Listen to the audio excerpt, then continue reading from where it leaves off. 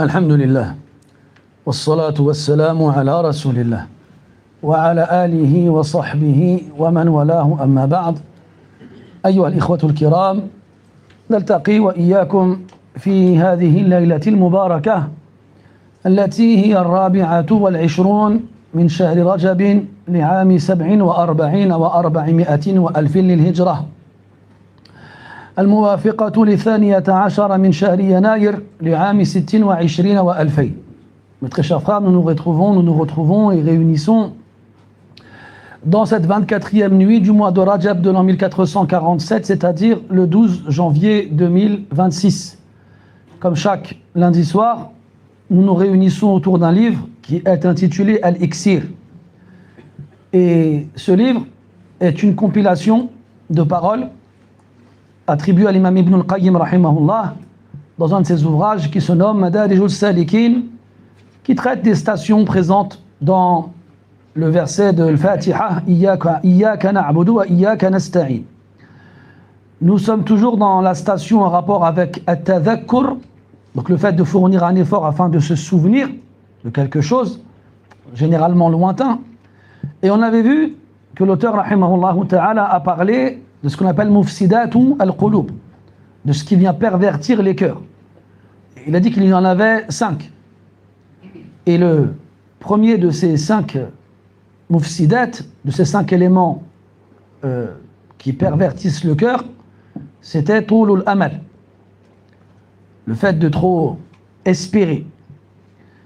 Et aussi, et le second, c'est at-ta'alluq bi ghayrillah, le fait de s'accrocher à Allah Azza wa Jal. Puis on avait vu al-khulta, c'était plutôt ça. Al-khulta, le fait de se mélanger avec les gens à outrance. Et enfin, le fait de trop manger et de trop dormir. Donc on a vu la semaine dernière le premier de ces éléments-là qui traitait de... Enfin, un de ces éléments-là qui traitait de l'khulta, le fait de se mélanger à autrui, fréquenter n'importe qui, ou à outrance les gens. Et on a vu donc des moyens de faire lorsqu'on n'avait pas d'autre choix que d'être avec les gens, et comment préserver son cœur dans ces situations-là. Donc on reprend là où on s'est arrêté avec la parole de l'auteur rahimahullah avec le troisième de ces éléments-là, qawluhu rahimahullah al-mufsidu thalithu min mufsidati al-qalb at-ta'alluqu bi ghayrillah wa hadha a'zamu mufsidatihi ala al-itlaq falaysa alayhi adarru min dhalik wa la aqta'u lahu 'an Allah وأحجب له عن مصالحه وسعادته منه فإنه إذا تعلق بغير الله وكله الله إلى من تعلق به وخذله من جهة من تعلق به وفاته تحصيل مقصوده من الله بتعلقه بغيره والتفاته إلى سواه فلا على نصيبه من الله حصل ولا إلى ما أمله ممن تعلق به وصل قال تعالى واتخذوا من دون الله آلهة ليكونوا لهم عزا كلا سيكفرون بعبادتهم ويكونون عليهم ضدا فأعظم الناس خذلانا من تعلق بغير الله فإنما فاته من مصالحه وسعادته وفلاحه أعظم مما حصل له ممن تعلق به وهو معرض للزوال والفوات ومثل المتعلق بغير الله كمثل المستظل من الحر والبرد ببيت العنكبوت أوهن البيوت. Le troisième des éléments qui pervertissent le cœur, c'est le fait de s'accrocher à autre qu'Allah subhanahu wa ta'ala, s'accrocher ou s'attacher à autre qu'Allah subhanahu wa ta'ala. Et de tous les éléments qui pervertissent le cœur, il n'y a absolument aucun doute sur le fait que celui-ci est le pire d'entre eux. C'est lui qui a le pire résultat sur le cœur, c'est lui qui est le plus nocif et le plus nuisible pour le cœur. Et il n'y a pas d'élément perturbateur et pervertisseur qui te coupe plus d'Allah tabaraka wa ta'ala que celui-ci. Il n'y a pas d'élément qui couvre plus tes intérêts et les moyens de te faire accéder au bonheur que cet élément-là. Le fait de s'accrocher à autre qu'Allah tabaraka wa ta'ala est un obstacle qui s'interpose entre toi et Allah subhanahu wa ta'ala. Le fait de t'accrocher à autre qu'Allah azza wa jal est comme un voile qui vient couvrir tes intérêts ainsi que ceux dans quoi tu recherches le bonheur. Et généralement, quand on s'accroche à autre qu'Allah subhanahu wa ta'ala, c'est pour ça. On pense, qu'en s'accrochant à autre que lui, on arrivera plus facilement et plus rapidement à concrétiser nos intérêts et donc, par le même biais, d'être heureux et de goûter au bonheur. Alors que, en vrai, lorsqu'on s'accroche à autre qu'Allah Ta'ala et qu'on s'attache à autre qu'Allah Ta'ala, on obtient absolument le contraire. Parce que celui... On n'a pas fait quoi? Ah d'accord, barakallahu fik. Je viens de me rendre compte que je me suis fait avoir par mon fluo alors que mon marque-page il était avant. Barakallahu fik, Oussama, jazakallahu khaira. Donc, on met entre parenthèses ce que je viens de dire en reprenant un peu en arrière. Je me disais bien parce que on avait parlé de l'khulta la semaine dernière. Et là, je vois Thani, Rukubuhu Bahr al-Tamanni, et je me souvenais pas l'avoir lu. Jazakallahu khaira ala al-tanbih. Bismillah. Écoute, je rigole tout. Reprenons. Donc on reprend avec le deuxième des éléments qui perturbent le cœur et qui le pervertissent, pardon. قال رحمه الله المفسد الثاني من مفسدات القلب ركوبه بحر التمني. Donc on avait vu طول الأمل, le fait de trop espérer, ça a été évoqué, on en a parlé aussi brièvement et partiellement, et là on y revient pour lui attribuer une partie qui lui sera propre. Il a dit Rukub Bahr al-Tamanni. Rukub, c'est le fait de monter. Pas monter quelque chose en altitude, mais une monture. Quelque chose sur le dos de laquelle on va se déplacer. Et là, comme il emploie le terme Bahr, qui veut dire océan, on comprend que la monture qu'on va monter, c'est un bateau. Et donc, il nous dit que le fait de prendre la mer des souhaits et des espoirs, ça c'est un élément qui pervertit le cœur. يقول رحمه الله وهو بحر لا ساحل له وهو البحر الذي يركبه مفاليس العالم كما قيل إن المنى رأس أموال المفاليس وبضاعة ركابه مواعيد الشياطين وخيالات المحال والبهتان فلا تزال أمواج الأماني الكاذبة والخيالات الباطلة تتلاعب براكبه كما يتلاعب بالجيفة وهي بضاعة كل نفس مهينة خسيسة سفلية ليست لها همة تنال بها الحقائق الخارجية فاعتاضت عنها بالأماني الذهنية فيمثل بالمتمني صورة مطلوبة في نفسه وقد فاز بوصولها والتذ بالظفر بها فبينا هو على هذه الحال إذ استيقظ فإذا يده والحصير.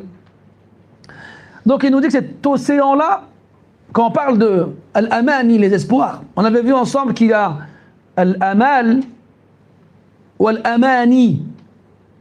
Donc il y a les espoirs qui sont probables et qu'on peut concrétiser, qui sont proches et qu'on peut réaliser, et il y a les espoirs qui sont lointains et que soit ils sont irréalisables, soit ils sont réalisables avec une difficulté extrême. Et là on parle bien sûr du second. Quand on se remplit l'esprit et le cœur de ce genre d'espoir-là, on vit dans un monde imaginaire. Et ce monde-là, il nous bloque du vrai monde. C'est pour ça qu'il l'a appelé Bahr, un océan. Il nous dit que c'est un océan qui n'a pas de rivage. Parce que quand quelqu'un il prend la mer, il a un objectif en tête, c'est d'arriver à un endroit précis. Comme on l'a vu de nombreuses fois dans les films et dessins animés, tu as un bonhomme dans une sorte de planche en haut du mât qui regarde à l'horizon et dès qu'il voit une terre apparaître, il dit terre, terre. Mais là, le problème, c'est que ce genre d'océan n'a pas de rivage que l'on puisse convoiter. Et cet océan-là, c'est l'océan qui va être traversé par les faillitaires du monde. Al-mafalis, jam'u muflis. Et al-muflis, c'est celui qui perd tout ce qu'il possède, celui qui fait faillite. Pourquoi? Parce que lui, il va à la recherche d'une chose qu'il n'obtiendra jamais, ce qui va entraîner l'abandon de ce qu'il avait déjà, ou de ce qu'il pouvait avoir. Donc cet océan-là ne sera traversé, si on peut dire cela, que par les faillitaires de ce monde. On dit que Al-Mouna, c'est les espoirs, c'est le capital des faillitaires. C'est tout ce qu'ils ont en fait, les espoirs, rien d'autre.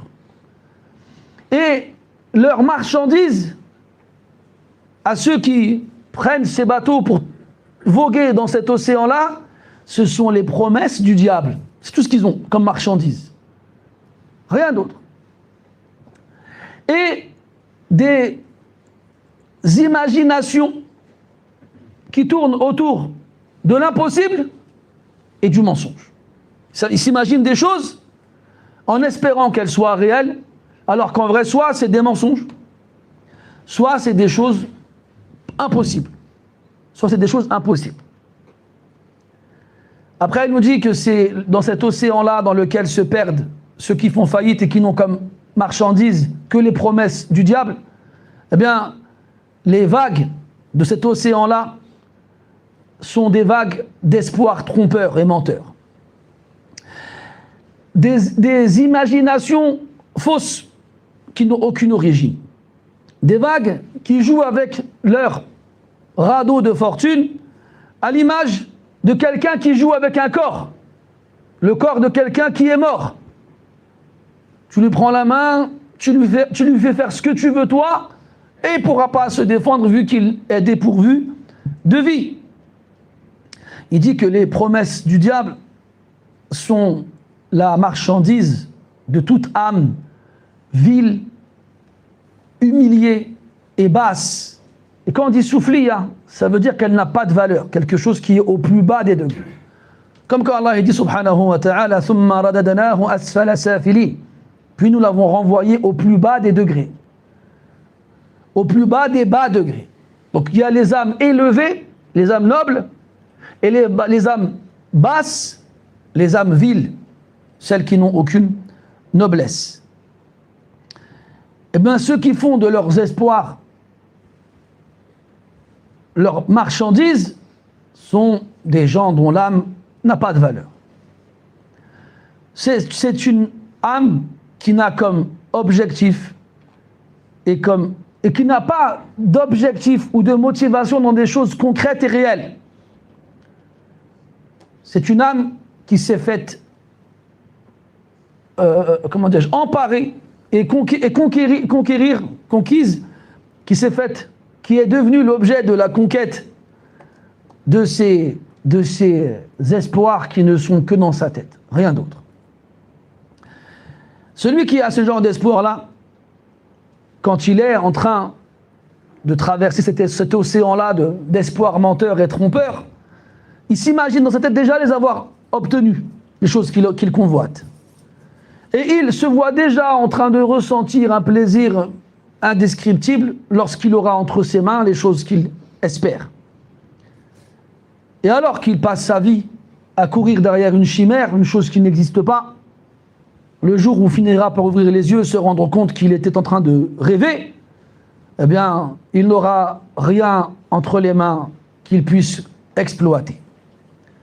يقول رحمه الله وصاحب الهمة العلية أمانيه حائمة حول العلم والإيمان والعمل الذي يقربه من ربه ويدنيه من جواره. Celui qui a une vraie motivation et un vrai objectif, celui qui a des convoitises élevées. On avait vu ensemble de nombreuses fois cette parole qu'on attribue aux Arabes. Certains l'attribuent à Ali ibn Abi Talib radiyallahu anhu, quand il disait rahimahullah ta'ala qimatul mar'i ma yatlubuhu. Qimatul mar'i ma yatlubuhu.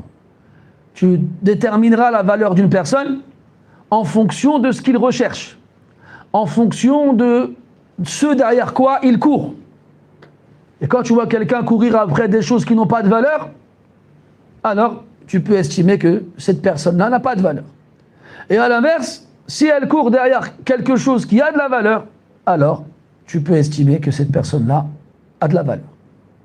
Maintenant, le problème, c'est qui a le droit de déterminer la valeur des choses?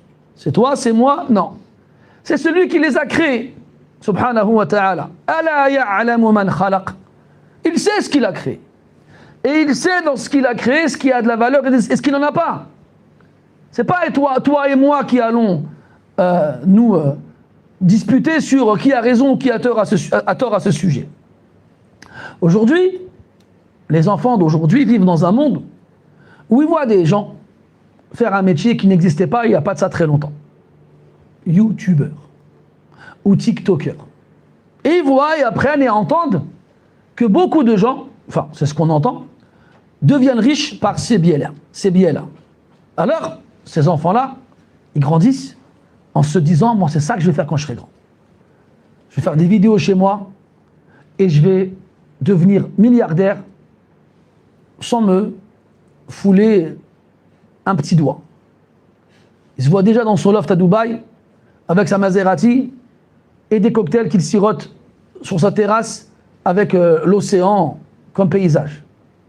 Oui, il y a des gens dont cela est le train de vie. Mais combien sont-ils?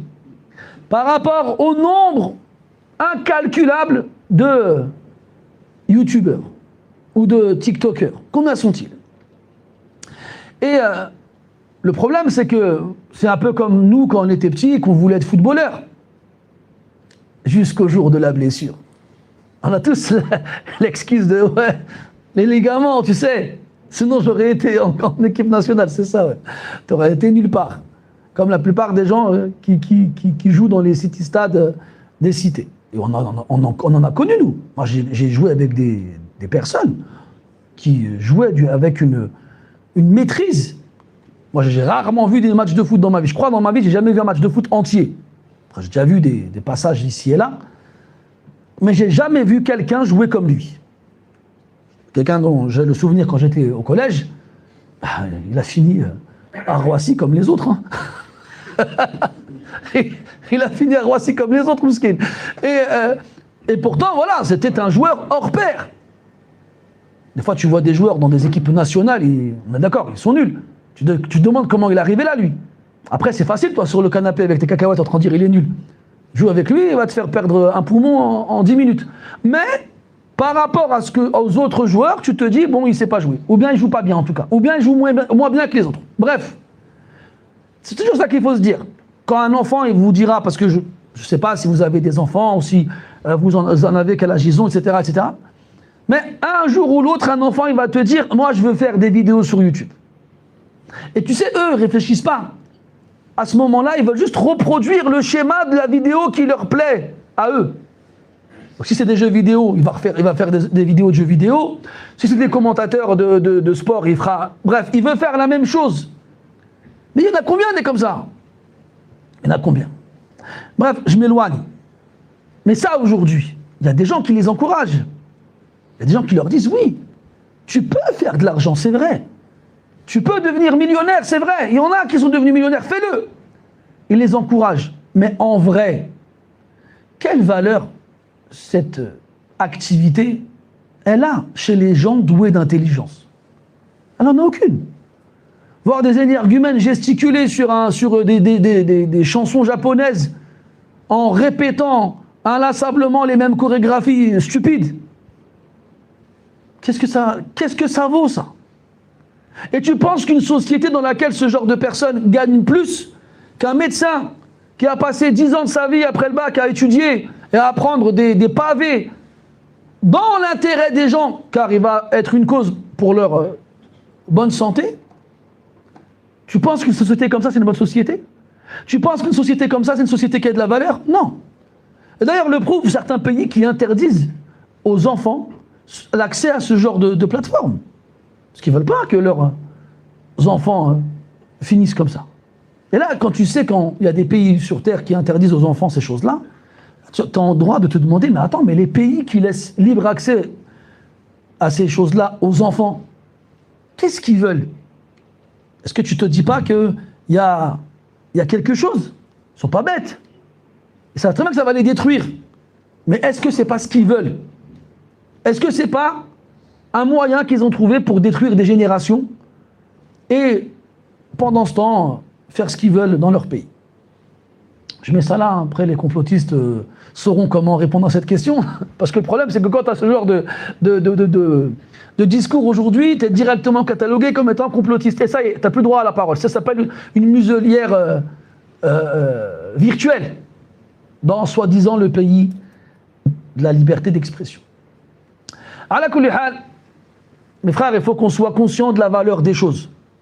Quand ça nous arrive tous de marcher dans la rue, de voir quelqu'un chercher dans les poubelles, t'es étonné, parce qu'en général, les gens qui font ça, ils le font la nuit quand il n'y a personne. Mais en pleine journée, devant tout le monde, quelqu'un qui cherche dans les poubelles, quel ressenti tu vas avoir vis-à-vis de lui?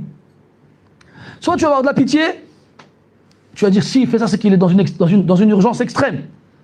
Ou soit tu vas dire ah ouais, laisse tomber lui. Laisse tomber. Pour toi, il n'aura aucune valeur. Il n'en aura aucune. Parce qu'il fait une action qui pour toi montre qu'il n'a pas de valeur. Donc on a des éléments sur lesquels on est tous d'accord. Fouiller dans les poubelles, c'est une chose qui montre l'absence de valeur. Être studieux dans ses études, avoir des ambitions, c'est une chose qui montre qu'on a de la valeur. Et plus on a de l'ambition dans des choses difficiles d'atteinte, d'accès, merci, plus la personne, à nos yeux, elle aura de la valeur. Et chez les croyants, ce qui a le plus de valeur, c'est la science qui mène à Allah subhanahu wa ta'ala. C'est pour cela que celui qui s'efforce d'obtenir cette science-là et de suivre le chemin qui te permet de l'obtenir, c'est le meilleur parmi les gens. Et c'est pour ça qu'Allah a dit dans le verset « Innama yakhsha Allah min ibadihi al-ulama ». Et le croyant qui va essayer d'étudier sans pour autant y arriver, parce qu'on n'est pas tous égaux, c'est Allah qui choisit, qui il veut, eh bien si il ne peut pas être un savant, qu'il les aime, comme il disait Abu Dharr radiyallahu anhu, si tu peux être un savant, sois-en un. Si tu ne peux pas en être un, alors aime-les. Et si tu ne peux pas les aimer, écoute, ne les déteste pas. Parce que c'est ces gens-là qui ont atteint le plus haut degré dans l'humanité. Après, le plus haut degré qui est quoi, Ayoub? La prophétie, exactement, le nubuwa. Le plus haut degré qu'on puisse atteindre dans l'humanité, c'est maqam al-nubuwa. Le degré de la prophétie. Vient ensuite al-ulama. Le prophète dit sallallahu alayhi wa sallam, inna al-ulama warathatul anbiya. Ce sont les héritiers des prophètes. Et celui qui a touché l'héritage laissé par les prophètes, comme il a dit alayhi wa sallam, faqad akhadha bihadhin wafir. Il a pris une part immense. Il a pris une part immense. Abu Huraira radiyallahu anhu, après la mort du prophète alayhi salatu wa sallam, il allait dans les marchés et voyait les gens vendre et acheter. Il leur a dit waqafa alayhim wa sarakha fihim. Il s'est tenu au milieu d'eux et s'est adressé à eux en leur disant comment vous pouvez être là au marché à vendre et à acheter alors que l'héritage du prophète alayhi salatu wa sallam est en train d'être partagé dans la mosquée. Là ils ont dit quoi? L'héritage, c'est dans le sens propre du terme. L'héritage du prophète est en train d'être partagé dans la mosquée. Et même si ce sont des tudjar, des commerçants, ils connaissent quelques versets du Coran. وَإِذَا حَضَرَ الْقِسْمَةَ أُولُو الْقُرْبَى وَالْيَتَامَى وَالْمَسَاكِينُ فَارْزُقُوهُم مِّنْهُ وَقُولُوا لَهُمْ قَوْلًا مَّعْرُوفًا. Et lorsqu'assiste au partage de l'héritage, même si tu n'es pas un héritier, les proches du défunt, qui ne sont pas des héritiers, les pauvres et les orphelins et les pauvres, donnez-leur quelque chose. Ne les laissez pas au milieu de vous en train de vous voir vous partager l'héritage sans qu'ils ne prennent rien avec eux. Donnez-leur quelque chose. Alors ils ont tous laissé leur étalage, leurs marchandises et leur argent. Et ils ont couru à la mosquée. Comme Abu Huraira radiyallahu anhu leur a dit. Et là, qu'est-ce qu'ils voient à l'intérieur? Des hilaq, des cercles dispersés un peu partout dans la mosquée. Un, on apprend la langue arabe. Un, on apprend le Coran. Un, on apprend la parole du prophète, alayhi salatu wassalam. Un, on explique le Coran, etc., etc. Ils ont dit, où est l'héritage dont tu nous as parlé? Il leur a dit, il est là. C'est ça que le prophète il a laissé à wassalam. C'est ça.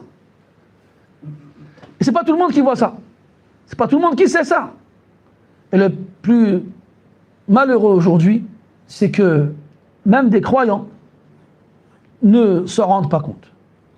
Ne se rendent pas compte qu'ils sont non seulement insouciants vis-à-vis de la demande de la science, mais aussi ils n'accordent pas de valeur à ceux qui le font. Comme il raconte avec... ça dépend les versions. Il y en a qui disent Abdullah ibn... comment ça s'appelle Ibn Humayd. D'autres disent que c'était Mohammed ibn Ibrahim. Mohim, un grand savant, dans une mosquée, en train d'étudier avec eux un livre qu'on appelle Ar-Rawd al-Murbi', qui est une des explications de Zayd al-Mustaqni'. Et là, il y a un homme qui rentre dans la mosquée et qui les voit assis par terre en train de dire Qala al-Sannifu rahimahullah. Il leur dit, vous êtes là encore en train de lire ces livres alors que les gens sont montés sur la lune. Et là, le cheikh, il lui dit, et toi, ni t'es là avec nous en train de lire le livre, ni t'es monté sur la lune. La réponse, elle est sur la langue. La répartie, il lui a donné direct. Il lui a dit après, et nous, en lisant ces livres-là, on va aller au-dessus, on va dépasser la lune. On va s'élever dans les plus hauts degrés de la création. Bidnillahi azza wa jal. Mais c'est pas tout le monde qui a ça. Et ça, on l'a entendu, nous aussi. Vous êtes là en train d'apprendre pourquoi vous n'allez pas faire de la médecine ou bien des études d'architecte ou je ne sais pas quoi. L'un n'empêche pas l'autre. Qui a dit qu'on ne voulait pas que les gens soient médecins ou architectes ou ingénieurs ou quoi que ce soit d'autre? Comme le prophète dit sallallahu alayhi wa sallam, celui qui peut être utile à son frère, qu'il le fasse, quel que soit le moyen. Walakin, sache que quel que soit le domaine dans lequel tu vas, comment dirais-je, étudier, ou que tu vas convoiter, il n'y aura jamais mieux que la demande de la science qui rapproche d'Allah subhanahu wa ta'ala. Donc celui qui a une vraie intention, une vraie motivation, lui, il fait partie des âmes nobles, les âmes élevées, celles qu'Allah il a élevées parmi toutes les autres. Et cette âme-là, elle tourne autour de la science et de la foi. L'autre, avec son bateau, il traverse un océan qui va juste le mener à sa perte, alors que celui qui a une vraie motivation, lui, il ne fait que tourner entre la science et la foi. Et bien sûr, l'action qui le rapprochera d'Allah subhanahu wa ta'ala, car la vraie science, celle qui t'est profitable, c'est celle que tu mets en pratique. Et bien entendu, elle te rapprochera le plus d'Allah azza wa jal. فَأَمَانِي هَذَا إِيمَانٌ وَنُورٌ وَأَمَانِي أُولَٰئِكَ خِدَعٌ وَغُرُورٌ. Donc il y a les espoirs de certains et les espoirs d'autres. Celui qui court après les promesses du diable, qui va dépenser tout ce qu'il possède pour jamais rien récolter à la fin, lui, ses espoirs, ce ne sont que des trahisons et des tromperies. Et il y a celui dont l'espoir est d'apprendre la science, de se rapprocher d'Allah, d'augmenter sa foi, d'élargir son champ d'action. Lui, eh bien, cet espoir-là, pour le concernant, c'est de la foi et de la lumière. قال رحمه الله وقد مدح النبي صلى الله عليه وسلم متمني الخير وربما جعل أجره في بعض الأشياء كأجر فاعله كالقائل لو أن لي مالا لعملت بعمل فلان الذي يتقي في ماله ربه ويصل فيه رحمه ويخرج منه حقه وقال هما في الأجر سواء. D'ailleurs, le prophète alayhi salatu wassalam, il a fait les éloges de celui qui espère faire le bien. Et peut-être même qu'il lui a accordé la même récompense que celui qui l'accomplit. Comme l'a dit celui qui espérait faire le bien, si seulement j'avais autant de bien qu'un tel, j'aurais fait la même chose que lui. Donc il a vu des gens à qui Allah a donné de l'argent, des biens matériels, et qui s'en servent dans le bien, qui le dépensent dans le bien. Il craint son Seigneur avec ses biens, comme il a dit alayhi salatu wasalam, ni'mal malu salih lirrajuli salih. Quel merveilleux bien utile entre les mains d'un homme ou d'une personne pieuse. Il n'y a pas mieux que des biens licites, utiles, entre les mains d'une personne pieuse. Il n'y a pas mieux. وقال عليه الصلاة والسلام اليد العليا خير من اليد السفلى. La main du dessus est meilleure que la main du dessous. Donc avec ses biens, il va craindre son Seigneur et il va consolider ses liens de parenté. Par le biais de ces liens, il va permettre à ces liens de parenté de rester solides. Et il va surtout s'acquitter de son droit vis-à-vis de ses biens. Il va payer sa zakat dessus. Et donc, cette personne qui fait tout ça, d'un côté, de l'autre, l'autre qui n'a pas ce que le premier a, mais qui espère faire la même chose, s'il avait la même chose. Il a dit les concernant, Huma fil ajri sawa. Les deux sont identiques, sont égaux dans la récompense. Ils sont égaux dans la récompense. Après, les savants, ils distinguent ici la récompense de l'intention et pas de l'action. Parce qu'Allah Ta'ala, il te récompense pour l'intention et il te récompense pour l'action. Et celui qui... deux personnes, une qui a et l'autre qui n'a pas, qui ont l'intention de faire un bien, auront la même récompense. Mais dès lors que le premier rentre dans l'action et la réalise, il aura une récompense supplémentaire pour avoir accompli l'action. Donc ce qu'on retient de cela, mes chers frères, c'est qu'espérer n'est pas une chose mauvaise de façon absolue. Tout dépend de ce que tu espères. Et tout dépend de ce que cet espoir va engendrer comme action. Si tu espères le bien et que tu fais des causes pour réaliser ce bien-là et que ça fait naître chez toi des bonnes choses, alors c'est très bien. Si par contre tu espères des mauvaises choses et que tu passes ton temps à essayer de réaliser ces choses-là qui sont irréalisables, qui ne sont que les promesses du diable, et qu'elles t'empêchent de faire le bien, alors il n'y a pas pire que ce genre d'espoir-là. Revenons à ce qu'on avait dit donc au départ, avec le troisième élément qui pervertit le cœur, c'est-à-dire le fait de s'accrocher entre Allah Azza wa Jal. Donc je reprends, ou là j'ai déjà lu, c'est pas la peine de relire. Il a dit donc le fait de s'accrocher à autre qu'Allah subhanahu wa ta'ala, et c'est le pire des éléments pervertisseurs de façon absolue. Il n'y a pas plus nocif que cela. Il n'y a pas d'élément qui va te couper d'Allah Azza wa Jal plus que celui-ci. Il n'y a pas d'élément qui va couvrir tes intérêts et ce dans quoi tu trouveras ton bonheur plus que celui-ci. Lorsque tu t'accroches à autre qu'Allah, Allah, il te laisse avec ce à quoi tu t'es accroché en dehors de lui. Et quand on dit il te laisse, il te rend dépendant de lui. Il te rend dépendant de lui. Et il t'abandonne. Il t'abandonne en te laissant entre ses mains. Et qu'est-ce que ça veut dire? Celui à qui tu t'accroches en dehors d'Allah, il n'a pas ce pouvoir de faire de toi ce qu'il veut. Mais ça veut dire qu'Allah, il va se servir de cet élément auquel tu t'as accroché à sa place, pour te faire voir que ce que tu espérais en lui, tu ne l'obtiendras pas. Et donc à ce moment-là, ni il obtiendra ce qu'il voulait en s'accrochant entre Allah Azza wa Jal, et il perdra tout ce qu'il aurait pu obtenir en s'accrochant à Allah Azza wa Jal. Et là, il dit une belle phrase, comme il dit très souvent des belles phrases, فَلَا عَلَى نَصِيبِهِ مِنَ اللَّهِ حَصَلْ وَلَا إِلَى مَا أَمَّلَهُ مِمَّنْ تَعَلَّقَ بِهِ وَصَلْ. C'est-à-dire, ni il n'a obtenu ce qu'il aurait, la part qu'Allah lui aurait donnée si s'était accroché à lui, et ni il n'est arrivé à ce qu'il espérait en s'accrochant à autre que lui. Il a perdu les deux. Et là, Allah dit dans le verset, وَاتَّخَذُوا مِن دُونِ اللَّهِ آلِهَةً لِيَكُونُوا لَهُمْ عِزًّا. Et ils ont pris en dehors d'Allah des idoles afin qu'ils soient pour eux une force, ces idoles-là. Kalla, non. سَيَكْفُرُونَ بِعِبَادَتِهِمْ. Ils renieront leur adoration. وَيَكُونُونَ عَلَيْهِمْ ضِدًّا. Et ils s'opposeront à eux. Ils seront contre eux. Comme dans de nombreux versets du Coran où Allah Ta'ala nous dit que le jour de la résurrection, ils renieront leur adoration. Notamment les anges. وَيَوْمَ يَحْشُرُهُمْ وَمَا يَعْبُدُونَ مِن دُونِ اللَّهِ فيقول ويوم يحشرهم جميعا فيقول للملائكة أهؤلاء إياكم كانوا يعبدون قالوا سبحانك أنت ولينا من دونهم بل كانوا يعبدون الجن أكثرهم بهم يؤمنون.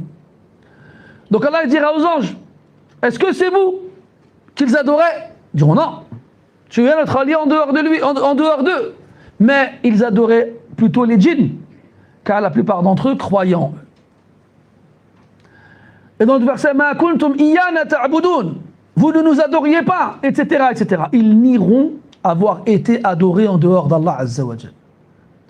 Certains savants ils disent que les versets dans lesquels Allah nous rapporte les paroles de ceux qui ont été adorés en dehors d'Allah et qui nient cette adoration-là, ce sont les vertueux parmi les anges et les prophètes et les hommes et les femmes vertueuses qui ont été adorés en dehors d'Allah sans le vouloir et sans l'avoir accepté.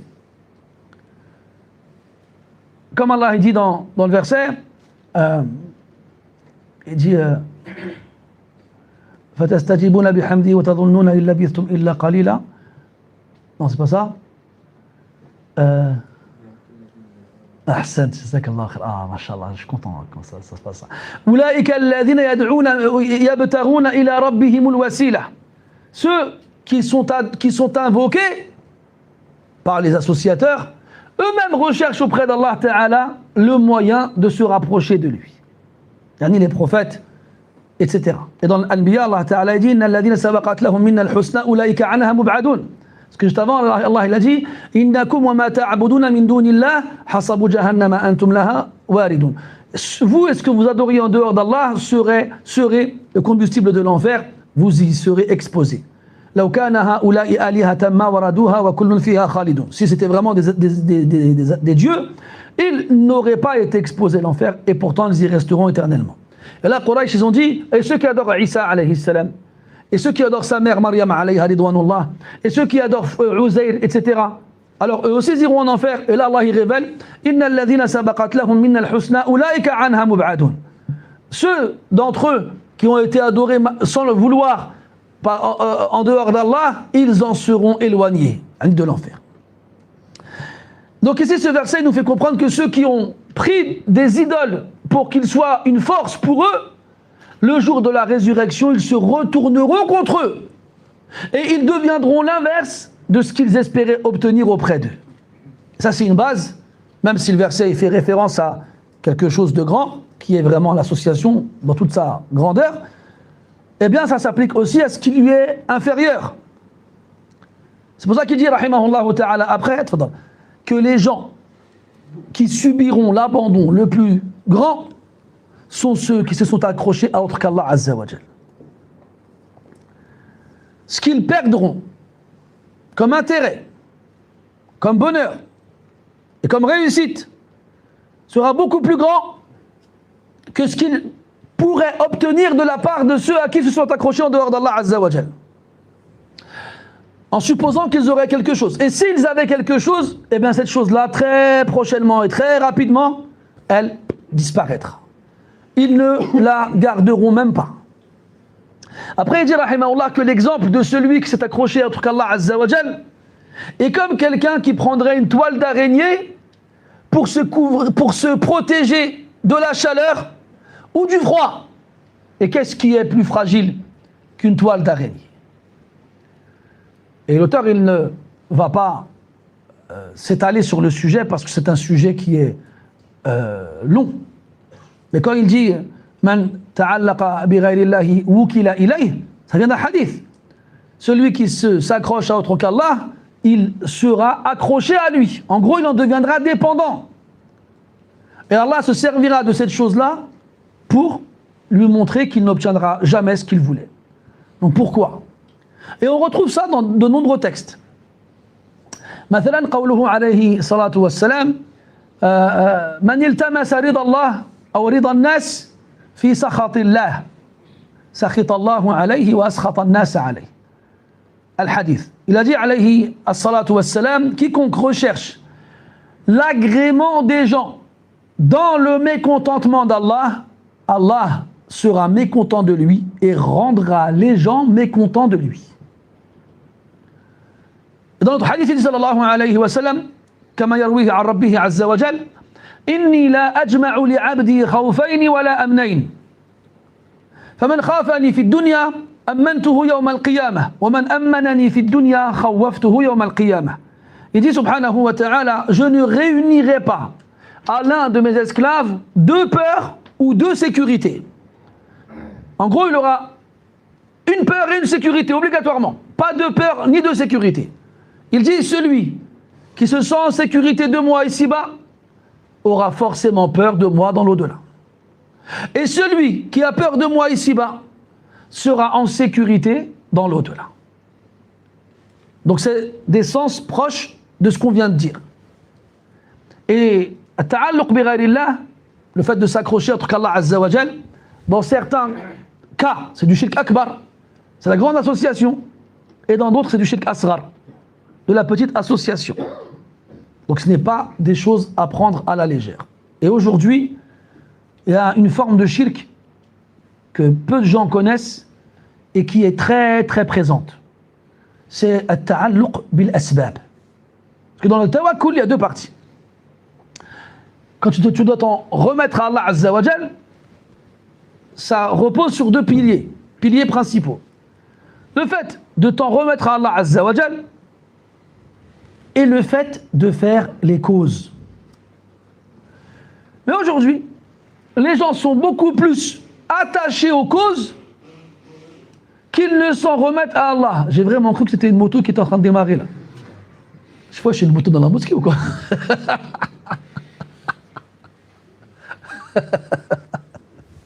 Allah, je suis le frère qui s'est bouché.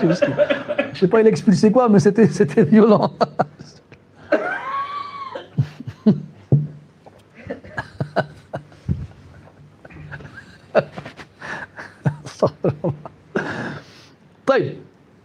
Qu'est-ce que je disais avant que le compét démarre?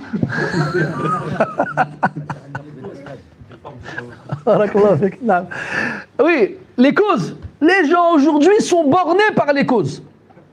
Et le problème, c'est que leur vision des causes, elle est étriquée, elle est restreinte, elle est limitée. Un exemple, très simple. Et ça va faire plaisir à certains frères, mais calmez-vous, calmez vos ardeurs. Le mariage.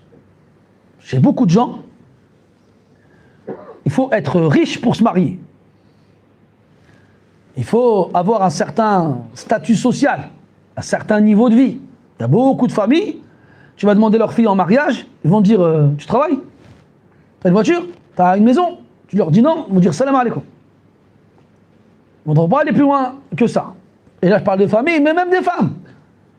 Des femmes qui vont te dire moi je veux une certaine sécurité. Il y en a même qui demandent un salaire mensuel. Il y en a même qui demandent des dividendes au cas où tu... Bon, etc. etc. Et beaucoup de jeunes frères pieux sont privés du mariage à cause de cela. Alors que le prophète il nous dit sallallahu alayhi wa sallam tazawwaju fuqara yughnikumullah. Et même si le hadith fihi nadar min nahiyati as-sihha, même si le hadith en question qui signifie mariez-vous pauvres, Allah vous enrichira. Et même si cette narration prophétique est critiquée sur le plan de l'authenticité, le sens est appuyé par le Coran. Quand Allah Ta'ala dit وَأَنْكِحُوا الْأَيَامَ مِنْكُمْ وَالصَّالِحِينَ مِنْ عِبَادِكُمْ وَإِمَائِكُمْ إِنْ يَكُونُوا فُقَرَاءَ يُغْنِهِمُ اللَّهُ مِنْ فَضْلِهِ. Donc s'ils sont pauvres, Allah les enrichira. Idhan, dans la charia, le mariage est une cause de subsistance. Et nous, on a inversé les tendances. C'est-à-dire que on a dit qu'il faut avoir la subsistance pour se marier. Et Allah, il te dit, marie-toi, on te donnera de la subsistance. Et si vous avez des enfants, vous inquiétez pas pour leur subsistance, c'est nous qui leur donnerons. وَلَا تَقْتُلُوا أَوْلَادَكُمْ مِنْ إِمْلَاقٍ نَحْنُ نَرْزُقُكُمْ وَإِيَّاهُمْ وَلَا تَقْتُلُوا أَوْلَادَكُمْ خَشْيَةَ إِمْلَاقٍ نَحْنُ نَرْزُقُهُمْ وَإِيَّاكُمْ. Allah nous interdit de tuer nos enfants de peur de ne pas avoir suffisamment de quoi leur donner. C'est nous qui leur donnons. لا نسألك رزقا نحن نرزقك. C'est une aqida. C'est celle que tous les croyants doivent avoir. Mais combien sommes-nous à l'avoir? Le pèlerinage, kadhalik. Le pèlerinage est une cause pour qu'Allah t'ouvre les portes de la richesse. Et les gens voient dans le pèlerinage aujourd'hui une cause de pauvreté. Regarde-les débattre et polémiquer sur le prix du pèlerinage année après année. Parce que eux, ils ne voient pas ce qu'ils vont gagner comme récompense, comme pardon, comme subsistance. Eux, ils voient que ce qu'ils vont perdre comme argent. Parce que les cœurs, leur qibla, c'est le mal. Leur cœur, la qibla de leur cœur, la direction vers laquelle leurs cœurs sont tournés, c'est l'argent. Dans un hadith, أكبر في معنى الحديث يعني أكبر فتنة أمتي المال. Comme quoi la plus grande des tentations et des tentations de ma communauté, c'est l'argent. Et là, je vous ai donné 2 exemples, on pourra en donner d'autres. Et on voit qu'aujourd'hui, les gens, ils ont malheureusement ils font beaucoup d'amalgame dans ces choses-là. Et qu'ils fassent attention, car ils titubent entre l'association mineure et l'association majeure. Wal'iyadhu billah. طيب قال رحمه الله المفسد الرابع من مفسدات القلب الطعام والمفسد له من ذلك نوعان أحدهما ما يفسده لعينه وذاته كالمحرمات وهي محرمات لحق الله ومحرمات لحق العباد والثاني ما يفسده بقدره وتعدي حده كالإسراف في الحلال والشبع المفرط فإنه يثقله عن الطاعات ويشغله بمزاولة مؤونة البطنة ومحاولتها حتى يظفر بها فإذا ظفر بها شغله بمزاولة تصرفها ووقاية ضررها والتأذي بثقلها وقوى عليه مواد الشهوة وطرق مجاري الشيطان ووسعها فإنه يجري من ابن آدم مجرى الدم فالصوم يضيق مجاريه ويسد عليه طرقه والشبع يطرقها ويوسعها ومن أكل كثيرا شرب كثيرا فنام كثيرا فخسر كثيرا. وفي الحديث المشهور ما ملأ ابن آدم وعاء شرا من بطنه بحسب ابن آدم لقيمات يقمن صلبه فإن كان لا بد فاعلا فثلث لطعامه وثلث لشرابه وثلث لنفسه. On dirait il parle de moi là dans ce bab. Allah musta'an. Moi et mon ami Ibrahim. Ça va là, ça va mieux depuis la dernière fois? Ah, alhamdulillah. Quatrième, on en rit, mais on ne devrait pas en rire en fait. Mais qu'Allah il nous pardonne. Il a dit, rahimahullah, 4e élément qui pervertit le cœur, la nourriture. Et bien sûr, on est dans l'excès. Sinon on ne mange pas, on meurt. La nourriture. Et ça le pervertit de 2 façons différentes. La première, la nourriture elle-même. Quand cette nourriture fait partie des choses interdites. Elle est interdite soit par rapport à ce qu'Allah a interdit lui-même, comme par exemple la viande de porc, ou elle est interdite lorsqu'elle est en rapport avec le droit des gens, comme le fait de leur voler ce qui leur appartient. Dans ces 2 cas-là, cette nourriture elle est interdite et eh bien, elle aura un impact sur le cœur. On l'avait vu ensemble. Abu Bakr radiyallahu anhu avait un esclave qui s'est converti à l'islam et qui avant de se convertir à l'islam était devin. Il prétendait voir l'invisible pour les gens. Et il avait gagné de l'argent à travers cette profession qu'il avait conservée par la suite. Un jour, Abu Bakr radiyallahu anhu le voit en train de manger. Et donc l'esclave l'invite à sa table. Et Abu Bakr radiyallahu anhu accepte l'invitation. Et s'assoit avec lui et commence à manger. Puis il lui dit, comment t'as acheté ça? Avec quel argent t'as acheté ça? Il lui dit, avant l'islam, je pratiquais la devinerie. Non, on ne dit pas la devinerie. La divination, exactement. Machallah. La divination. Et j'en ai gagné quelques pièces avec lesquelles j'ai acheté cette nourriture-là. Abu Bakr dit quoi? Il se lève et il s'enfonce les doigts dans la gorge pour se faire vomir. Pour ne pas garder ça dans son ventre. De peur que cela ait un impact sur ses prières ou ses adorations ou son cœur. On dit que Abdullah ibn Omar radiyallahu anhuma ne rompait le jeûne soit quand il ne trouvait pas de l'eau qu'il prenait lui-même d'une rivière ou d'un point d'eau qui venait de la nature, il le faisait avec un rapport sexuel. Il rompait le jeûne avec un rapport sexuel. Et là, les savants ont divergé. Pourquoi il faisait ça? Il y en a qui ont dit parce qu'il avait une shahwa très forte. D'ailleurs, il disait de lui-même, je connais personne qui a une shahwa plus forte que moi, sauf en dehors du prophète sallallahu alayhi wa sallam. Et d'autres, ils ont dit non, les taharrihi al-halal. Parce qu'il recherchait spécifiquement l'élément le plus licite pour rompre son jeûne. Soit un cours d'eau qui vient de je ne sais où, dans lequel il va prendre de l'eau et rompre son jeûne avec. Parce qu'il se dit quoi, si on ramène quelque chose à manger ou à boire, peut-être que il est passé par certaines mains, d'une certaine façon, qui l'ont rendu illicite. Alors soit il buvait cette eau-là, s'il ne trouvait pas, il avait un rapport avec son épouse. Comme ça, il était sûr de rompre son jeûne avec quelque chose de licite à 1000%. Mais ça, bien sûr, c'est du wara', c'est du scrupule. Et le scrupule, il est bon tant qu'on n'en fait pas une obligation. Et surtout qu'on ne l'impose pas aux autres. Parce que tant que tu fais, c'est comme Abu Bakr radiyallahu anhu, ce qu'il a fait, c'est du scrupule, c'est du wara'. Parce que si il a mangé sans le savoir, il est pardonné, il est excusé. Mais il voulait tellement pas conserver ça en lui qu'il a préféré se faire vomir. Al-Muhim, c'est la première chose. La nourriture qui est interdite. Soit parce qu'Allah l'a interdite dans sa nature, la nourriture, soit c'est une nourriture licite, ça peut être des fruits, des légumes ou n'importe quoi d'autre, mais dont la façon de l'avoir obtenue est illicite. Ça rend alors cette nourriture illicite. As-suht. Et ça, c'est dans ce qui est clair et dans lesquels il n'y a pas de divergence. Après, il y a des divergences. Un exemple. Toi et moi, on va dans un restaurant où ils vendent des fruits de mer. Des crevettes, des moules, etc., etc. En plus, il y en a un qui est ouvert pas loin de Carrefour, il est machallah. Et tu es là, tu te fais plaisir, tu manges. Si tu vas, si Abu Hanifa il te voit, bon, il ne te le dira pas, lui, rahimallah, parce que c'est un faqih. Mais si un Hanafi, il te voit, il te dira, qu'est-ce que vous faites là? Ce que vous mangez, c'est haram.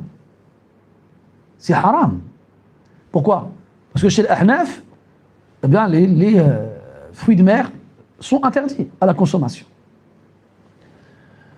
Si quelqu'un achète un mouton pour le sacrifier et manger la viande, et il est occupé avec un ami à lui sur la façon de déguiser la lame qui servira à lui sectionner la carotide, et alors qu'il parle avec lui, il prend la bête, il la sacrifie et il lui dit Bismillah. Et il y a des savants qui vont dire ta viande, c'est une maïta, elle est haram, jette-la au chien. Tu n'as pas le droit d'en manger. Il y en a qui vont dire tu peux la manger. Et c'est la vie majoritaire. C'est des exemples, comme je peux vous en sortir d'autres, des exemples comme ça. Mais ce que je veux faire comprendre, c'est qu'il est possible que les savants divergent sur le jugement, le statut d'une nourriture.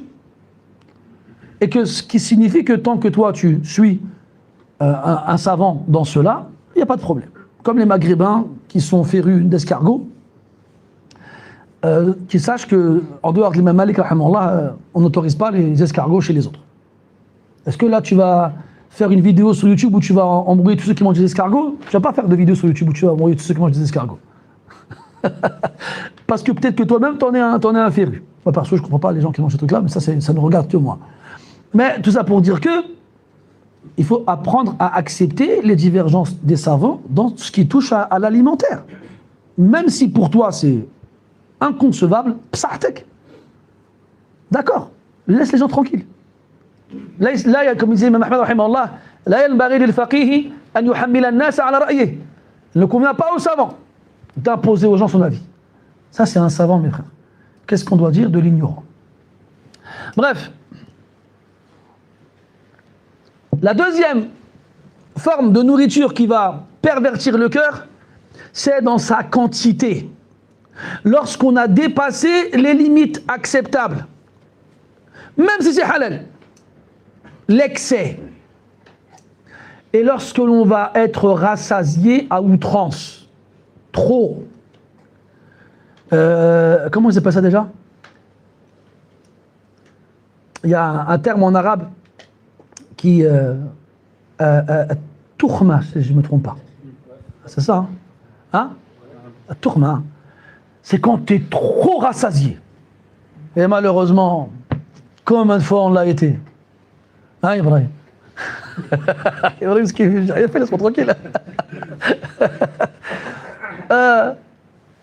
Combien de fois on l'a été? Combien de fois on a mangé, on est rentré chez nous comme ça, on avait mal au ventre, on a dit, oh, je peux pas. Et après, tu regrettes. Ah, Jawad, il rigole, ça se voit que ça fait pas longtemps qu'il a connu. Là, c'était la période des raclettes, ça l'est toujours d'ailleurs. J'ai pas été invité, je sais pas pourquoi, mais c'est pas grave. Les raclettes, on n'abuse pas qu'on mange des raclettes, franchement, la Mehmet. On achète toutes les formes de charcuterie qui existent, toutes les formes de fromage. T'as acheté le fromage avec le cumin dedans, tu le connais celui-là, monsieur. T'es là, et puis tu... En plus, nous, on est fannan. Nous, on devient des artistes. Et là, ils achètent des œufs de caille, parce que tu as le plancha au-dessus, tu vois. Ils coupent des morceaux d'oignon, un peu de poivron. Et il est là avec ses trucs, il se fait à manger, il a ses fromages. Et puis, il a des stratégies aussi, tu vois. Il a trois spatules. Pendant qu'il se sert d'une, il y en a deux autres qui sont en train de fondre. Et comme ça, il a toujours un fromage de près. Je crois que vous expliquer ma technique à moi, là. Et tu manges. Et c'est bon.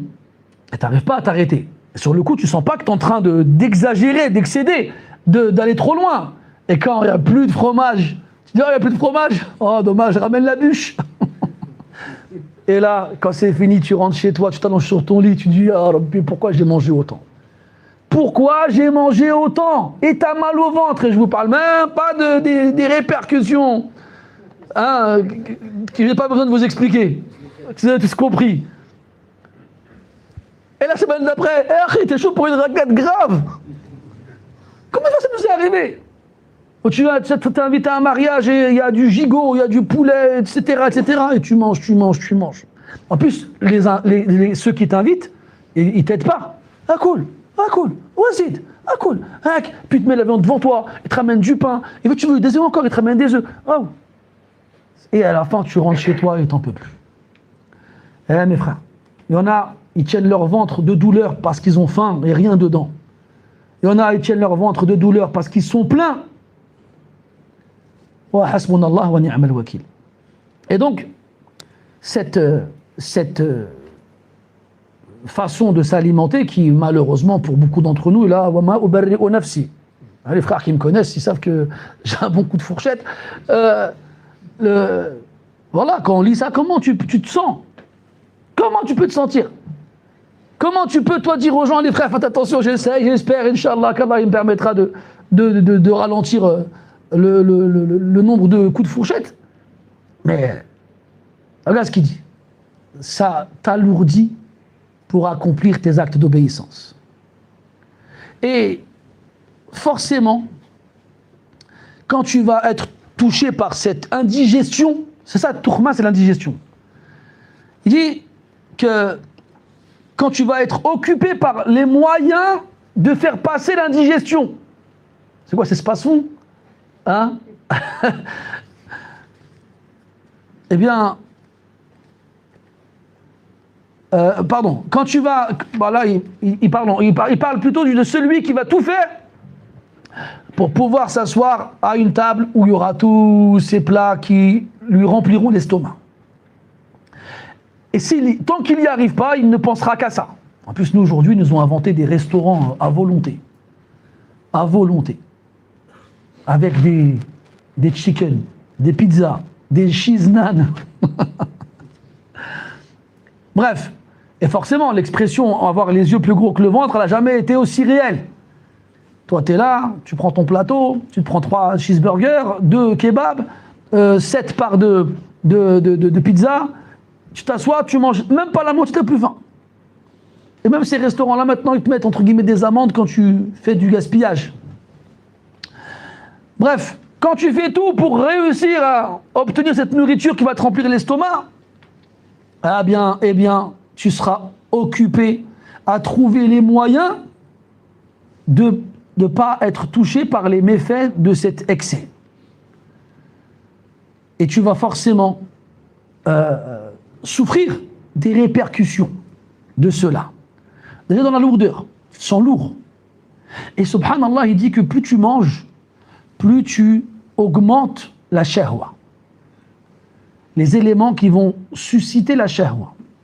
Après, est-ce qu'il parle de shahwa, c'est-à-dire d'appétit sexuel, ou d'appétit dans le sens propre du terme? Allah A'lam, il fait référence au deuxième, que plus tu manges, plus tu as envie de manger. Et généralement, quand tu manges jusqu'à être repu et ne plus pouvoir bouger, tout ce que tu veux, c'est dormir et comme il va dire tout à l'heure après. Il te dit que plus tu manges, plus tu as envie de dormir, plus tu dors. Bref. Et il nous dit, rahimahullah ta'ala, qu'en mangeant trop, eh bien, tu fais que ouvrir des voies et tracer des routes au diable. Des routes qui sont larges, dans lesquelles il peut se balader comme il veut. Car le diable se déplace dans le fils d'Adam à l'image du sang dans les veines. Si le jeûne rétrécit les passages du diable dans le corps et lui ferme des voies et des routes, alors sache que son opposé, qui est le fait d'être rassasié, lui donne des routes et des voies supplémentaires et ne fait que élargir les voies de base. Et celui qui mange beaucoup, boira beaucoup. Et celui qui boit beaucoup, mange beaucoup, dormira beaucoup. Et celui qui dort beaucoup, perdra beaucoup. Et c'est pour ça que il est important de préciser ici que le beaucoup, chez Zubayr Mathalan, c'est pas le beaucoup de Zakaria par exemple. On peut avoir des beaucoup différents. C'est pour ça qu'il ne faut pas non plus faire de son cas une généralité. Parce qu'il y en a qui vont manger peut-être, je sais pas moi, une pizza, une part de pizza, ils seront repus, ils vont dormir 12 heures. Ils vont rater le fajr, ils ne vont pas prier une raka pendant la nuit, etc., etc. Il y en a qui ont tellement habitué leur ventre à des grandes quantités que ça n'a pas d'impact sur leurs activités. Et qui vont continuer d'accomplir leurs adorations correctement, et même ce qu'ils font en plus de cela. C'est comme le rire. C'est pareil. Il y en a qui vont rire un peu, ça va détruire leur cœur. Il y en a qui vont rire beaucoup, et leur cœur, ils resteront en bonne santé. Mais ça, mes frères, pour savoir où on se situe par rapport à ce fameux beaucoup, la Bouddha min tajriba. Il y a ceux qui n'ont pas essayé, et ceux qui n'ont pas essayé, si je peux leur donner un conseil, c'est de ne pas essayer. Et de rester sur ne pas exagérer. Mais ceux qui ont des corps différents et des cœurs différents, alors à ce moment-là, le beaucoup de certains ne sera pas le beaucoup d'autres. Wal-ilmu indallah. Et donc celui qui dort beaucoup, et ça mes frères, c'est un gros problème aujourd'hui, notamment chez les jeunes. Parce qu'aujourd'hui, à cause des jeux en ligne, online, on a une génération, ce que je dis les jeunes, mais même des fois des moins jeunes, qui vont jouer notamment la nuit.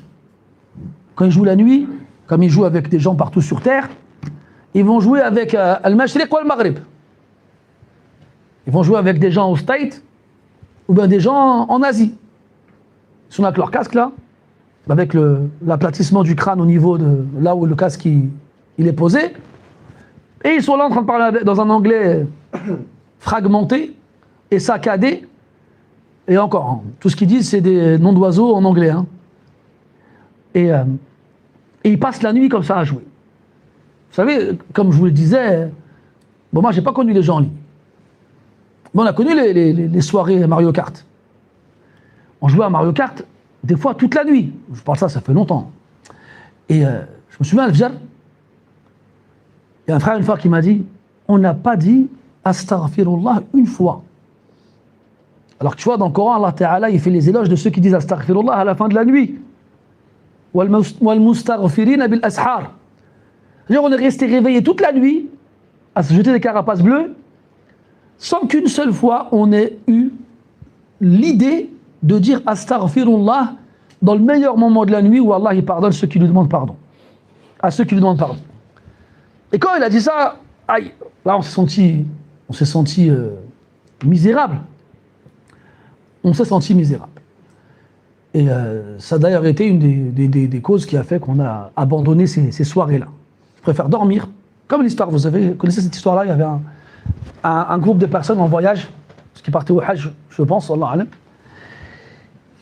Et la nuit est tombée, tout le monde s'est couché.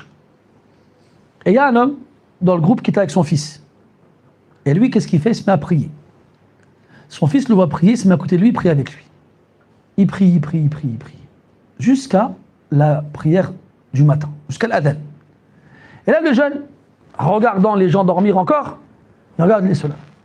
Ils ont passé leur nuit à dormir. Là, son père, il lui dit, Wallah, que avec ce que tu viens de faire, là, comme mépris vis-à-vis d'eux, ils sont meilleurs que toi, en dormant, que toi, ce que tu as toute la nuit, tout ce que tu as fait comme prière cette nuit-là. Parce que tu as méprisé des gens qui n'ont rien fait de mal. Wallah, et que dormir, c'est mieux que de rester réveillé et faire ces choses-là. Et ça reste du mubah. Hein. Comme je vous l'ai dit la dernière fois, at-tawassu' fil mubahat. Le fait de s'élargir dans ce qui est permis. Qu'est-ce qu'on va dire de ceux qui sont dans le monde de la nuit? Ce monde que vous connaissez, ou du moins dont vous avez déjà entendu parler. Qu'est-ce qu'on doit dire de ces gens-là? Al-Muhim. Puis il dit, rahimahullah, pour finir, وفي الحديث المشهور, et dans le fameux hadith, le prophète dit sallallahu alayhi wa sallam, ما ملأ ابن آدم وعاء شرا من بطنه.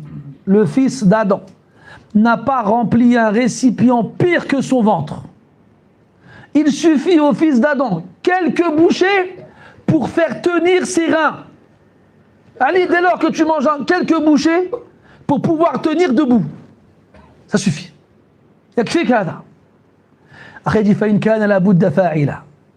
S'il n'a pas d'autre choix que de remplir son ventre, alors qu'il consacre à son ventre un tiers pour la nourriture, et un tiers pour l'eau, et un tiers pour l'air. Et comme on l'avait déjà dit aussi, c'est pas 3 tiers égaux. D'accord? C'est 3 parties du ventre. Parce que même si c'est une bonne chose de boire autant qu'on mange, comme ça tu remplis ton ventre plus d'eau que de nourriture, et ainsi tu coupes la faim. Mais il te dit de garder une partie pour l'air. En gros, pour le vide. C'est qu'il faut toujours que dans ton ventre, il y ait une partie vide. Et là, ça revient à un nisbi, ce qui est relatif. Il y a des estomacs, pour les remplir, il faut y aller. Donc le tiers de nourriture chez un tel, c'est pas le tiers de nourriture chez un autre. C'est pareil que ce qu'on a dit avec ad-dahik et l'akhirihi. C'est pareil. Il y a des gens, ils vont manger beaucoup, mais pour eux, c'est pas beaucoup. Pour eux, c'est un tiers. Après, la vraie question, mes frères, c'est est-ce que nous, on laisse une partie vide dans l'estomac ou pas? Al-Muhim. Et enfin, le 5e et dernier des éléments qui pervertissent le cœur, kathratun nawm. Trop dormir. قال رحمه الله فإنه يميت القلب ويثقل البدن ويضيع الوقت ويورث كثرة الغفلة والكسل ومنه المكروه جدا ومنه الضار غير النافع للبدن وأنفع النوم ما كان عند شدة الحاجة إليه ونوم أول الليل أحمد وأنفع من آخره ونوم وسط النهار أنفع من طرفيه وكلما قرب النوم من الطرفين قل نفعه وكثر ضرره ولا سيما نوم العصر والنوم أول النهار إلا لسهران. Et là, rahimahullah, ce docteur, il va nous donner des indications vis-à-vis du sommeil. Trop dormir fait mourir le cœur, alourdit le corps, fait perdre le temps et engendre beaucoup d'insouciance et de paresse. Et dans le fait de trop dormir, dans le fait de dormir, il y a ce qui est très détestable et il y a ce qui est très nuisible et qui n'apporte aucun intérêt au corps. Et il y a des formes de sommeil qui, elles, au contraire, sont utiles et profitables pour le corps. Il dit le meilleur des sommeils, c'est celui que l'on va avoir quand on en a le plus besoin. Quand on en a le plus besoin. C'est-à-dire, on ne va pas dormir quand tu as envie de dormir. Mais quand ton corps il a besoin de dormir, donne-lui ce dont il a besoin. Et il dit que le fait de dormir au début de la nuit est plus louable et meilleur que de dormir à la fin. Parce qu'à la fin de la nuit, c'est le meilleur moment de la nuit quand Allah descend au dernier tiers de ce bas monde, au dernier tiers de la nuit au ciel de ce bas monde. Et le fait de dormir au milieu de la journée est plus profitable que de dormir à ces deux extrémités, au début et à la fin. Et plus dormir est proche, le moment où tu dormiras se rapproche d'une des deux extrémités de la journée, le début et la fin, moins il sera profitable. Et plus il sera nuisible. En particulier, le fait de dormir après l'Asr. Et le fait de dormir le matin après le Fajr. Sauf pour une exception, As-Sahran. Sahran, c'est celui qui veille et qui ne dort pas de la nuit du tout. Donc lui dormira quand il pourra dormir. Comme le faisaient les salafs, rahmatullahi alayhim. ثم قال رحمه الله ومن المكروه عندهم النوم بين صلاة الصبح وطلوع الشمس فإنه وقت غنيمة وللسير ذلك الوقت عند السالكين مزية عظيمة حتى لو ساروا طول ليلهم لم يسمحوا بالقعود عن السير ذلك الوقت حتى تطلع الشمس فإنه أول النهار ومفتاحه ووقت نزول الأرزاق وحصول القسم وحلول البركة ومنه ينشأ النهار وينسحب حكم جميعه على حكم تلك الحصة فينبغي أن يكون نومها كنوم المضطر. Il dit que chez les savants, le moment le plus détestable où on dort, c'est entre la prière de Subh et le lever du soleil. Ce moment-là est un moment spécial dans lequel on obtient un butin. Celui qui chemine vers Allah Azza wa Jal sait à quel point ce moment-là a une particularité grandiose.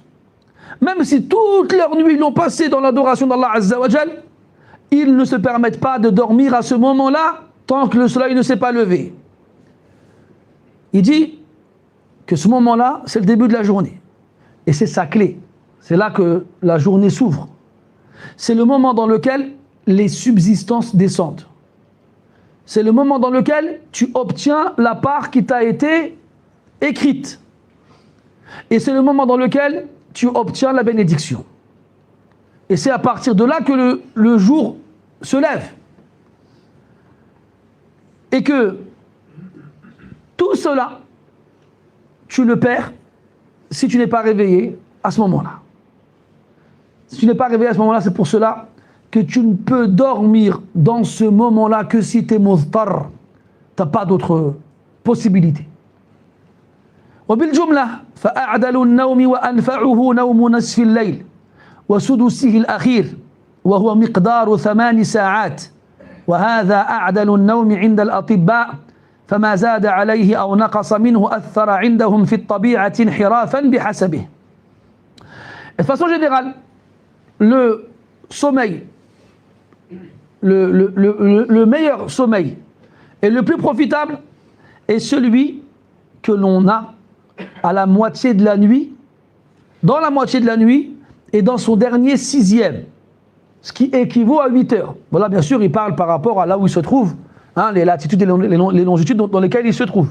En sachant que plus on s'approche de l'équateur, plus le temps du jour et de la nuit sont plus ou moins égaux, et il reste ainsi toute l'année. Nous, on prend notre exemple à nous. On va arrondir en disant que le Maghreb c'est à 17 heures et que le Fajr c'est à 7 heures. Donc le Maghreb c'est le début de la nuit et le Fajr c'est la fin. Ça nous fait 14 heures. 14. Donc si on divise par 2, ça fait 7 heures. 7 heures. Et si on divise par 6, ça fait 2 et quelques. D'accord? 14 ans. Divisé par 6, ça fait 2 et quelques. On regarde bizarrement. D'accord? Donc si on rajoute le 6e à la moitié, ça nous fait 9 heures. Mais lui, il a dit quoi? 8 heures. Parce que nous, on se base sur le temps de la nuit en hiver. Mais ce qu'il faut retenir ici, c'est 8 heures. Tu dors 8 heures. Et pas 8 heures continues. Parce que si on prend une nuit de 12 heures, eh bien effectivement, on se retrouvera avec 8 heures. Donc tu prends la moitié de 12, ça fait 6. Et tu prends le sixième de 12, ça fait 2. 6 plus 2, ça fait 8. 8 heures. Il dit que la meilleure forme de sommeil, c'est de dormir 8 heures. La moitié de la nuit, plus son dernier sixième. Mais attention, quand il dit son dernier sixième, ça veut dire que tu étais réveillé avant le dernier sixième, la dernière heure. Parce que on a demandé au prophète alayhi salatu wassalam, ayyu du'a'i asma'a. Lequel des du'as est le plus entendu par Allah azza wa jal? Qala ma kana fi jawfil layl. Fi jawfil layl, ce qui a lieu au milieu de la nuit, à l'intérieur de la nuit. Donc là on est plus proche de la moitié que de la fin. Et on sait qu'Allah tabaraka wa ta'ala, il descend au ciel de ce moment au dernier tiers de la nuit. Comme on sait que le premier adhan de l'Fajr, il a pour but de réveiller celui qui dort. Donc oui, le sahar, la fin de la nuit, c'est le meilleur moment pour implorer le pardon d'Allah azza wa jal. Mais le meilleur moment pour l'implorer, c'est avant ça. Pour celui qui a passé une grande partie de la nuit en prière. Mais dans tous les cas, mes frères, nous on nous dit 8 heures de sommeil, ce qui n'est pas faux. Et des fois j'entends justement des gens reprendre la parole d'Ibn al-Qayyim rahimahullah et l'appliquer à celle des docteurs et scientifiques aujourd'hui. Mais ils ne parlent pas de la même chose. Parce qu'ici il nous dit de dormir 8 heures, pas forcément ensemble. Et on a beaucoup d'ulama, comme l'imam Malik rahimahullah ta'ala, qui pendant plus de 10 ans priait la prière de l'Fajr avec les ablutions de la prière de l'Isha. T'en mets pas. Et ça a aussi été attribué à Shafi'i, Ahmed, Al-Bukhari et plein d'autres, rahimahumullah. Et le corps humain, il s'adapte. Tu peux l'habituer. Au bout d'un moment, il finit par se soumettre. T'as jamais remarqué, toi, des fois, à force de te réveiller à la même heure, tu te réveilles avant même que ton réveil sonne, il reste 30 secondes ou 1 minute. Ça arrive. On disait que Cheikh Ibn Baz, rahmatullah alayhi, il dormait 5 heures par nuit. Pas plus. Donc c'est possible. Mais mes frères, ça demande beaucoup de temps et beaucoup d'efforts. Et comme je l'ai souvent dit, c'est des choses qu'on a vécues nous-mêmes. Il y a 25 ans, on lisait ces choses-là, on s'est forcé. Mais quand tu as 20 ans et que tu as dormi toute ta vie, du jour au lendemain, tu veux dormir que 5 heures. Je vais faire comme Cheikh Ibn Baz. Calme-toi, Cheikh Ibn Baz, c'est toute une vie, rahimahullah, qu'il a passé pour en arriver là. Et sa vie là-dessus, c'était pas les mêmes. Donc, donne-toi du temps. Mais ce qui compte, c'est que tu ne perdes pas ton temps à trop dormir. Il est là le problème, mes frères. Tu vois, quand on était petits, nous, qu'est-ce qu'on voulait quand nos parents nous disaient d'aller dormir? Je peux rester encore un peu? Je peux regarder le deuxième film dimanche soir? Pour ceux qui ont connu l'époque des 2 films du dimanche soir. Ou bien quand on avait école, nos parents ne laissaient pas nous coucher tard. Enfin, les parents d'avant, aujourd'hui, laisse tomber. Allah agit. Mais quand je dis aujourd'hui, mais c'est nous, c'est la faute des parents, c'est pas la faute des enfants, ça. C'est les parents qui sont faibles. Ils sont là, les enfants, ils se plaignent pour se coucher tard. Et les parents, comme ils ne veulent pas se prendre la tête avec les enfants, leur disent, bon, allez, vas-y, jusqu'à 22h. Et le lendemain matin, quand il faut les réveiller, et que les enfants ne veulent pas se réveiller parce qu'ils sont encore fatigués, ils se plaignent. Et combien d'enfants, ils vont à l'école, ils sont encore dans le coltard. Ils ont encore les yeux collés par, je ne sais pas c'est quoi ce truc-là qui colle les paupières, là. Combien? Regarde les gens dans les transports en commun le matin. T'as la tête qui vont. Parce qu'ils n'ont pas suffisamment dormi. Encore plus aujourd'hui, avec soit les jeux vidéo online, ou bien soit les plateformes de streaming. C'est une musiba, ça, mes frères. C'est une musiba. Moi, je connais des gens qui vont, ils ont une petite corbeille à l'entrée de la maison. Le soir, ils mettent tous leur téléphone dedans. En vrai, c'est des choses comme ça qu'il faut faire. Ou bien les parents qui ont l'application en rapport avec la Freebox qu'ils ont à la maison, hop, ils coupent le Wi-Fi, personne n'a le Wi-Fi. Le problème, c'est que t'as acheté, t'as payé un abonnement 4G à tes enfants. Ils s'en fichent, tu coupes la Wi-Fi. Ah, il est là le problème. Et nous, donc, enfin, nous, nos enfants, pareil. Regarde, subhanallah, j'ai jamais compris ces mamans qui ont de la peine pour leurs enfants quand il faut les réveiller pendant le ramadan pour manger. Ouais, même Mskin, il va être fatigué. Ah, là, t'as vu Mskin. Le reste de l'année, quand tu les dormiras pas d'heure alors qu'il a que le lendemain, c'est pas grave. Mais là, pour le ramadan, Mskin. Ah, subhanallah. Comment Shaitan joue avec ces gens-là, subhanallah, c'est agile. Bref, il a dit, rahimahullah, que cette façon de dormir 8 heures, dors 6 heures par-ci, ou bien 5 heures par-là, 1 heure par ici, 3 heures par-là, bref, dors 8 heures. Et ton corps, il finira par s'y habituer, incha'Allah ta'ala. Et donne-toi du temps. Ne pense pas que tu vas y arriver du jour au lendemain. Il dit que c'est le meilleur de sommeil chez les docteurs.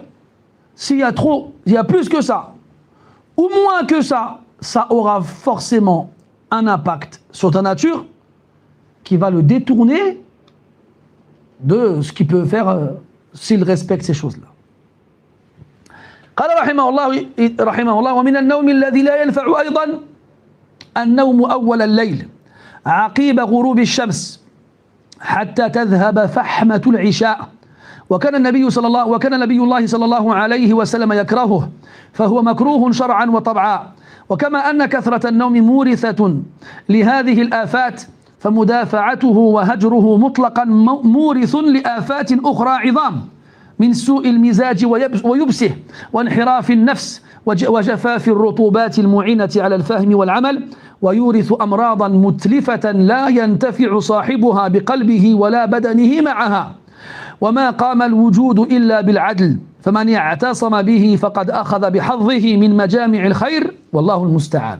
Après, pour finir, il dit, et parmi les formes de sommeil qui ne sont pas utiles et profitables du tout, le fait de dormir au début de la nuit, juste après le coucher du soleil, jusqu'à ce que le temps de l'Isha disparaisse.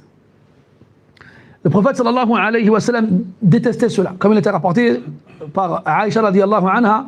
قالت كان النبي صلى الله عليه وسلم يكره النوم قبل العشاء والحديث بعدها رواه الترمذي. Comme il a été rapporté que le prophète sallallahu alayhi wa sallam détestait dormir avant l'Isha et discuter après. Sahr. Sauf si il y a une faïda comme on a vu dans Ash-Shama'il pour ceux qui s'en souviennent. Et il est donc détestable de dormir après le coucher du soleil. Pourquoi? Parce que tu peux t'enliser dans le sommeil jusqu'à rater l'heure de l'Isha et de ne pas dormir dedans, de ne pas prier dedans. Il dit comme trop dormir engendre des méfaits, eh bien le fait de se retenir, parce qu'il y en a qui vont faire l'autre extrême, le fait de se retenir de dormir et de ne plus dormir du tout, engendrera aussi d'autres effets qui sont grands. Tu as de mauvaise humeur. Et tu changes de nature. Tu n'es plus le même. Il dit que ça assèche les fluides qui te permettent de comprendre et d'agir. Quand tu as bien dormi, tu es en forme, tu te sens vif d'esprit. Tu comprends vite et tu agis vite. Tu es réactif. Action-réaction. Quand tu es fatigué, tu n'as pas suffisamment dormi, eh ben c'est l'inverse. Tu as l'impression que ces fluides-là, ils sont asséchés et que ton cerveau, il marche au ralenti. Donc tu réfléchis lentement et tu réagis lentement, si tu y réagis. Sans parler de ce que ça engendre comme maladie destructrice qui te feront que tu ne pourras plus tirer profit ni de ton cœur, ni de ton corps. Et pour finir, il dit, cette création ne repose que sur l'équité. Ni trop, ni pas assez. Et les meilleures des choses sont celles qui sont au juste milieu. Celui qui s'y cramponne au juste milieu, alors il aura attrapé les rênes de l'ensemble du bien, et seul Allah peut nous donner son aide. Wallahu a'lam. Sallallahu ala nabiyyina Muhammadin wa ala alihi wa sahbihi wa sallam. Walhamdulillahi rabbil alamin wa barakallahu fikum.